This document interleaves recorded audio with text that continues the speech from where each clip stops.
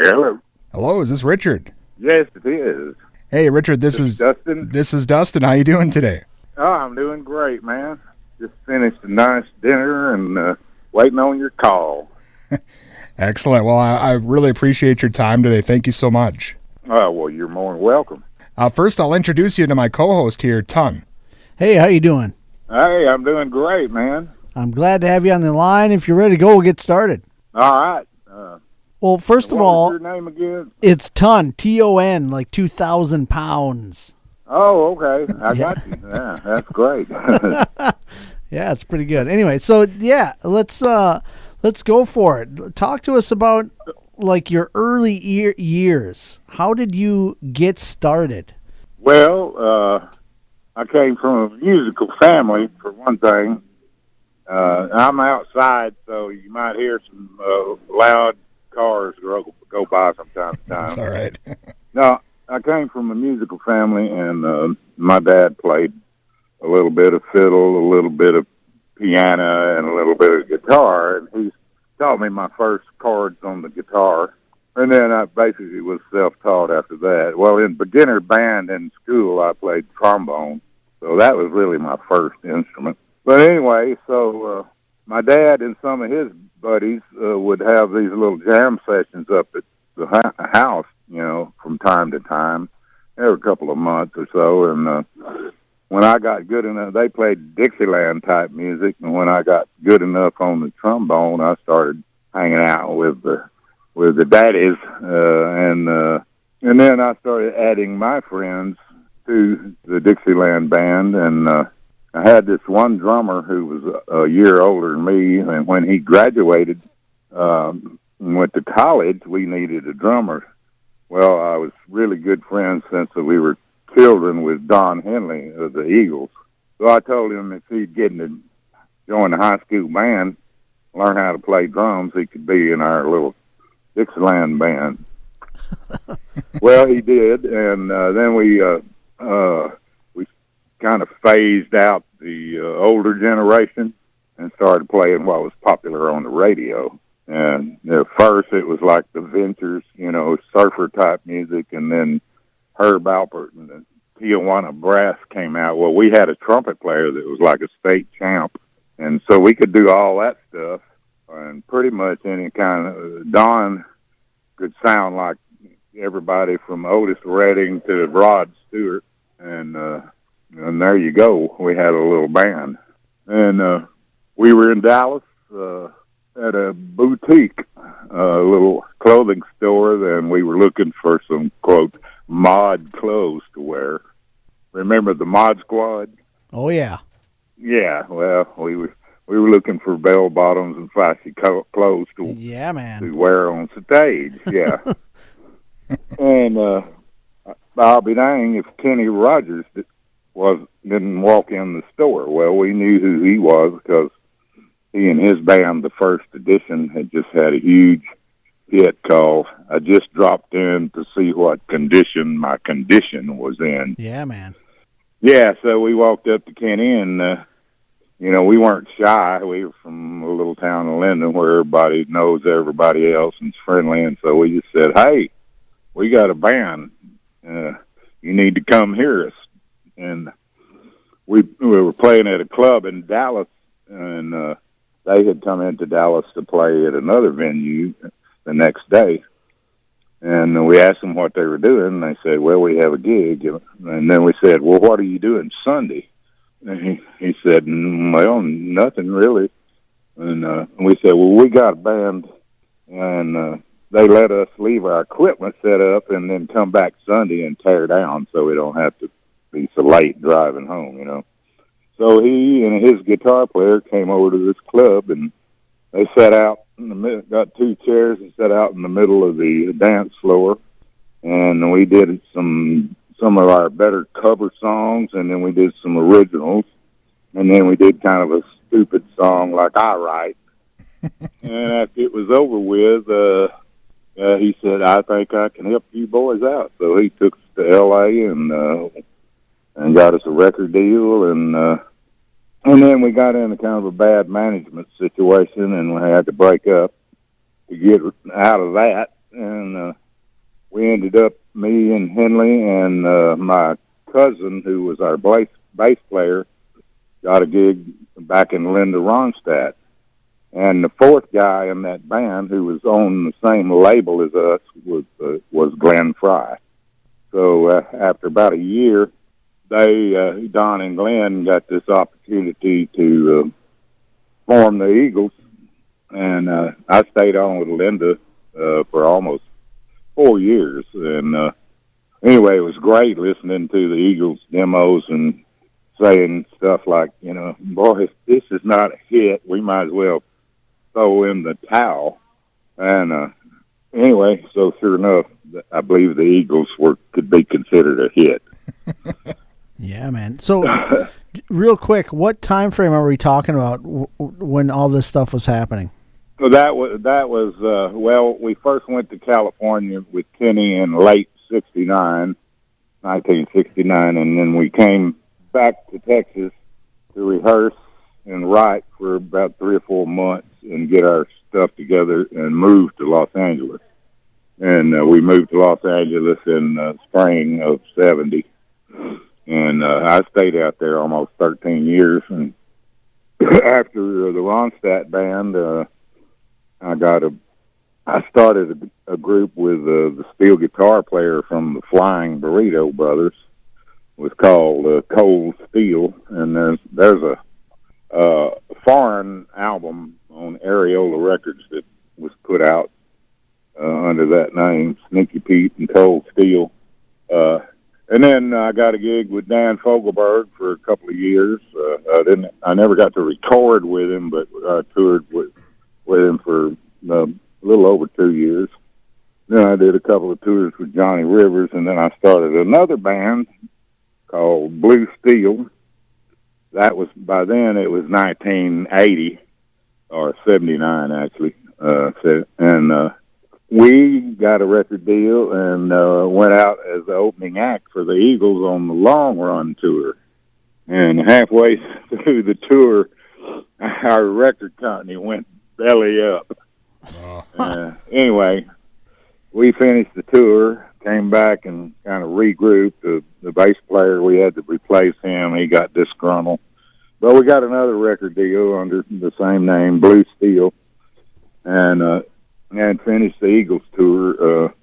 And then we recorded our second album, and by the time they put it out, there was nobody at the label that we knew. Everybody, they had a house cleaning, new president, new A&R people. We didn't even know anybody at the label, so they just kind of shelved our project. So that's when I decided to go to Nashville and just try to be a songwriter, and accidentally started the comedy duo, Pinkard and Bowden. Go ahead. Yeah, let me just interrupt for a second. So tell me this now. Was there any chance that you could have been in the Eagles? Was that even, or what was that all about? Yeah, well, Linda Ronstadt's producer, a fellow named John Boylan, who also produced like Boston and the Little River Band and lots of people. You know that song "Looking for Love" and all the wrong. He produced that, and anyway, I got to sing harmony on the two. That was from the Urban Cowboy album. I got to sing backup harmony with Bonnie Raitt on her 2 cuts on that album. See, but anyway, that's awesome. That is an awesome little side deal. I loved that movie when I was a kid. Nobody even knows what that is now. Big deal, man. That started a cowboy hat and boots craze all over. Yep. Yeah. But anyway, let's see, where was I? After I got to Nashville, I met this guy, Sandy Pinkard, who had worked for a publishing company that was actually formed by one of my ex-Shiloh members, Jim Ed Norman, who is now one of the higher ups, and he was with Warner Brothers. Now he's with Curb Records, one of the top guys there. But anyway, we were rehearsing and trying to write. We'd get up every morning at 10 o'clock and meet down at the publishing company, and Jim Ed Norman, who is now one of the higher ups, and drink a bunch of coffee and start trying to write songs, and serious songs. And one day I said, hey, let me play you a song that I wrote. It was a stupid song called Mail Order Dog, about being able to order dogs through the catalog. And it put him in the floor, and then he said, let me see that guitar. And he played one that put me in the floor. And we decided, well, why don't we just string together about a 30-minute set of songs that nobody in their right mind would ever record. And so we did that, and let's just started playing here and there in Nashville for some of our friends at parties. The word got out to the head of Warner Brothers at the time, who was Jimmy Bowden, who actually was funny because he owned the label that we were on in California called Amos Records, the group Shiloh, which was me and Henley and my cousin, and Al Perkins, fantastic steel player, and Jim Ed Norman. Anyway, Jimmy Bowen had heard, he came up to us one day and said, man, I heard you guys are pretty funny. And have you got a tape? And I said, yeah, we got a tape. We'll get it to you. We didn't have a tape. But the next day we went into Jim Ed's studio and came up with a tape, and we invited a bunch of friends in and made it sound like we were at a live club, and there's glasses breaking and all kind of crap happening. Anyway, I got that to Bowen, and he listened to it on the airplane. And next time I saw him, he said, man, y'all are some funny, I can't use the word he said, but it starts with a S and has O in the middle, and then ends with B. He said, y'all are some funny so-and-sos, and he said, why don't we do an album? His words were, why don't y'all get a lawyer and let's do an album? And I know a lawyer you can get. So we had sworn that we weren't going to try to get a record deal. We were just doing it for the fun to conquer boredom. But anyway, so here we are all of a sudden without trying. We were on Warner Brothers, and we were on there. The only person on Warner Brothers Nashville longer than us was Hank Williams Jr. Wow. We did 4 albums, and then one of those marketing companies that, market stuff, late night TV, approached us, and we did one of those TV commercials called Getting Stupid. And they put out a compilation album of all of our songs, plus a few singles that never were on our album. But stuff like She Thinks I Steal Cars, which is a takeoff on the George Jones She Thinks I Still Care. That was a pretty good radio hit for us. And then we had like songs like Blue Hair's Driving in My Lane. And then we had, after we formed the comedy group and started playing comedy clubs all over the country exclusively, we had a huge underground hit it was the same time that Garth Brooks was breaking out as a new artist, and Jeffrey Dahmer had just got convicted of his crimes, so we did a tribute to both of them called I Got Friends in Crawl Spaces. that became a huge hit over on the radio in like the Indianapolis area, and we were able to like step out of the comedy club and go rent like a 2,500 seat theater and put our own show on. It was great. And I'll tell you, when we hit that song, it's such a big radio hit. When we started that song, it might as well have been the Eagles kicking off Hotel California, according to the audience response. That was thrilled for us. And I don't know, we couldn't believe it. The checks kept clearing, man. We were having so much fun. And we did comedy for 16 years. At first Warner Brothers was putting us out opening for like a lot of Warner Brothers acts, like Hank Jr. We opened for him, and Crystal Gale, Eddie Rabbit, a bunch of older country artists like that. And then we decided if we were going to call ourselves comedians, we were going to have to cut it. in the comedy club. So we got hooked up with this guy that owned comedy zones all around the southeast, and he took a chance and hired us, sight unseen, basically. And we really didn't have a polished show when we started, but it didn't take us long to get polished.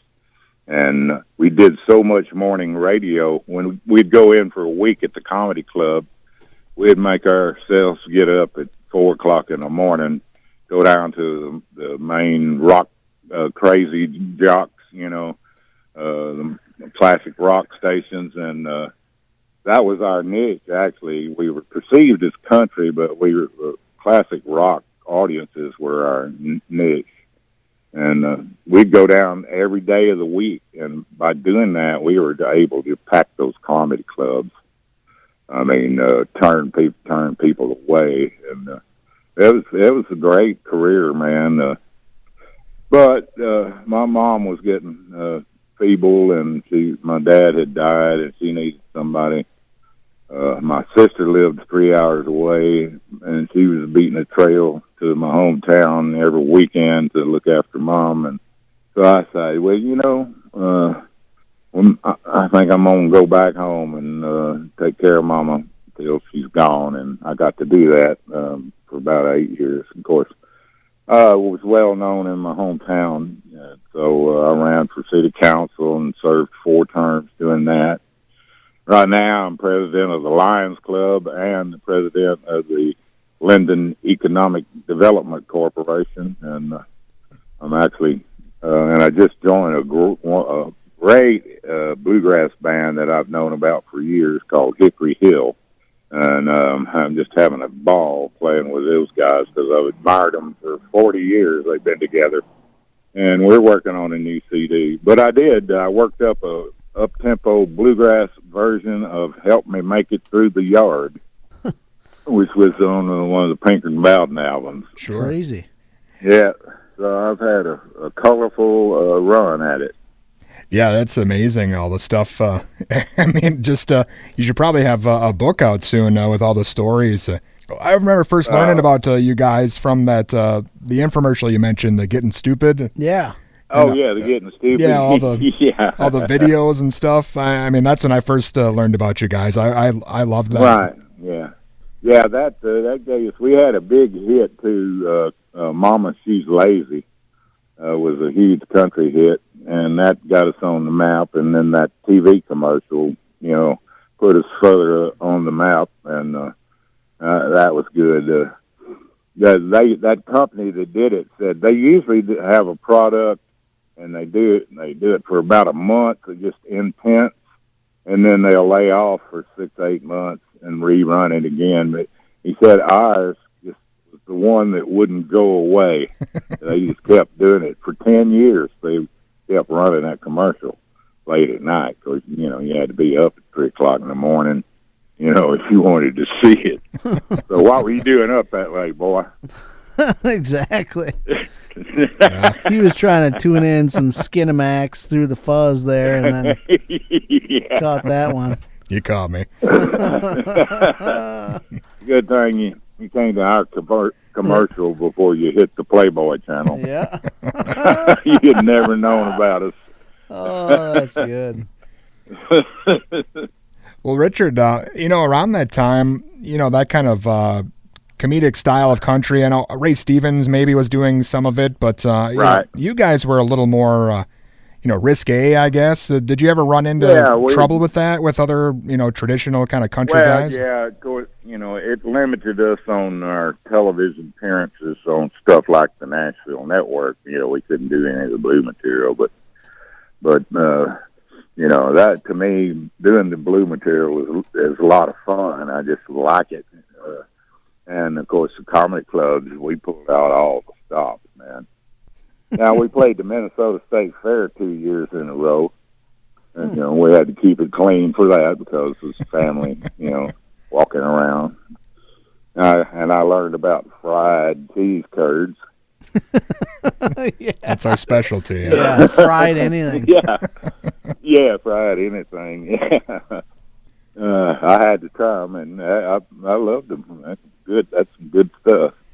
Well, you mentioned the album you're working on now, and I know you also got your Bowden benders you're working on. And Yeah. I mean, you're a busy guy these days.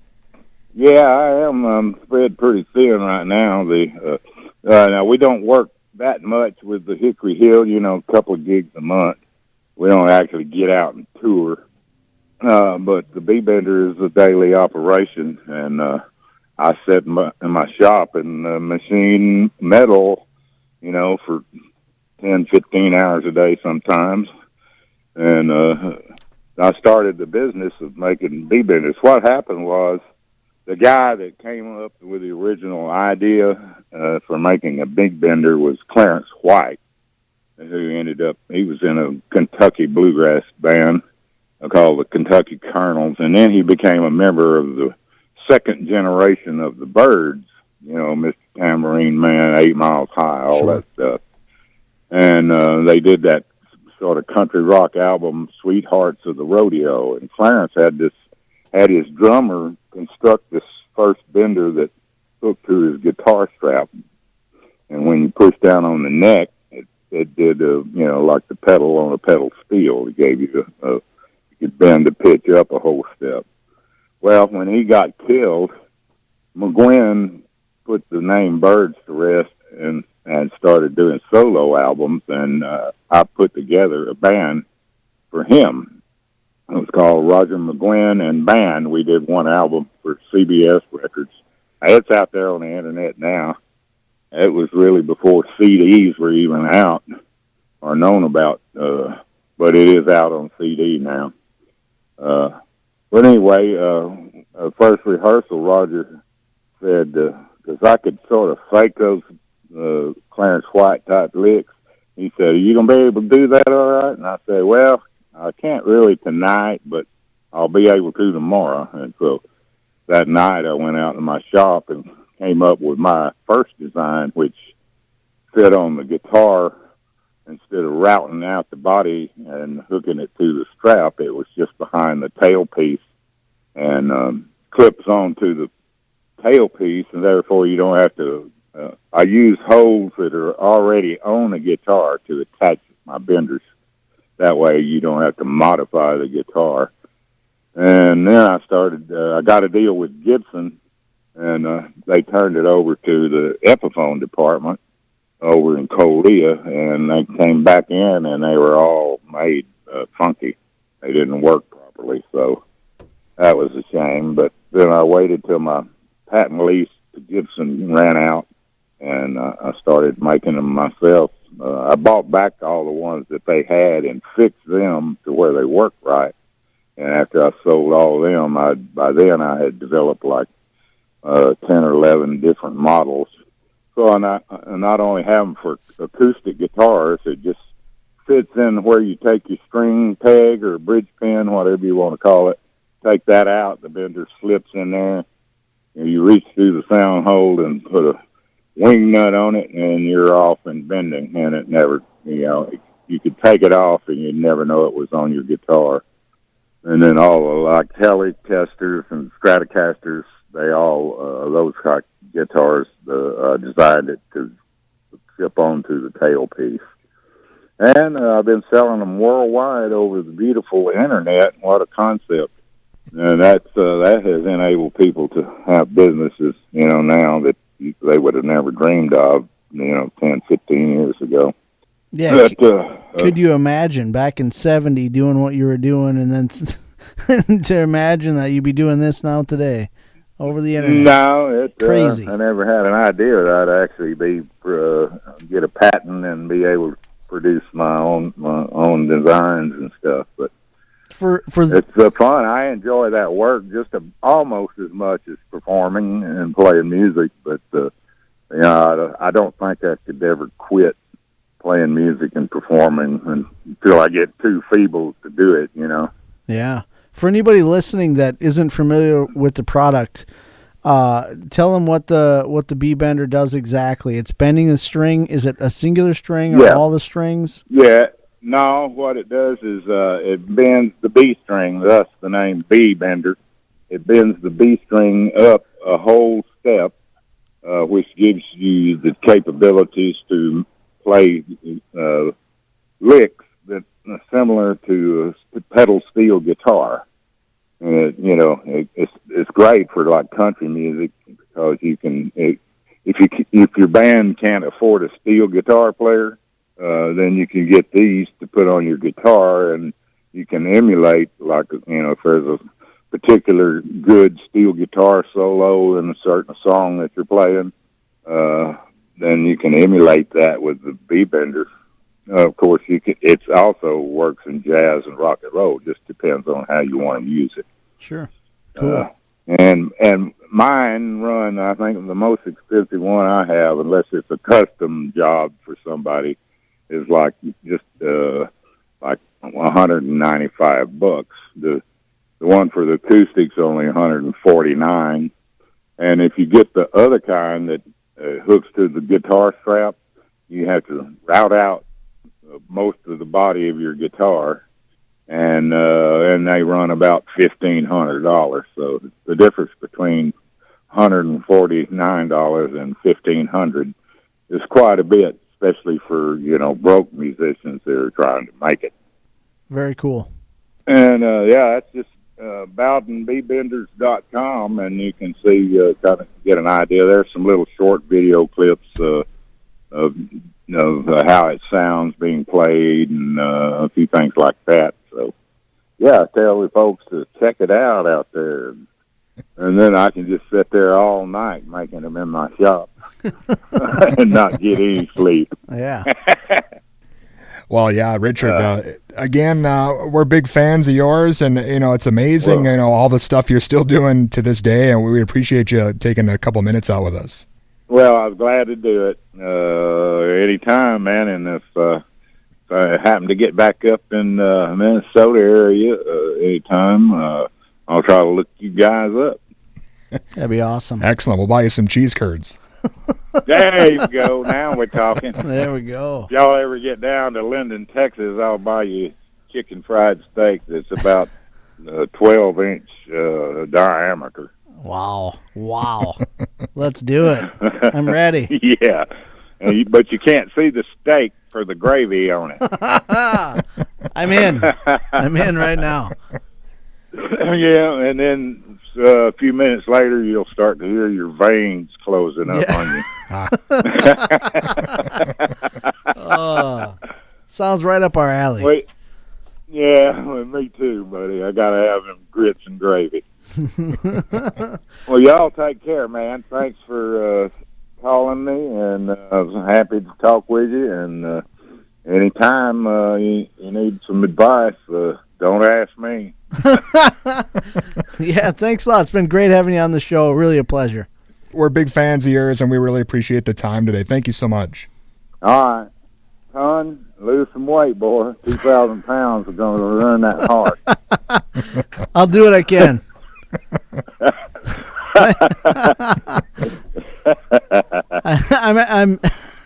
I'm not that bad. I'm actually more around 200. Dusty started calling me 2,000 because my name is actually Justin, and it's spelled Ton. So it just stuck ever since. Just ton. But okay, I got you. I'm trying to get under the 200 mark, so I will keep doing that anyway. Thank you so much. Yeah, I'm trying to get under 200 myself. I actually have lost about 25 pounds just by quitting eating bread, if you will. Wow. Good for you. Yeah, but, it's been several months. But now I just eat tortilla in place of bread, and it slowly come off. Wow, that's nice. I'll try it. Yeah, try that. I will. And I could feel. All righty, well, y'all take care, and tell everybody, hey. All right, I will. Thank you Richard. so much. All righty. See you later. Bye-bye. Bye-bye.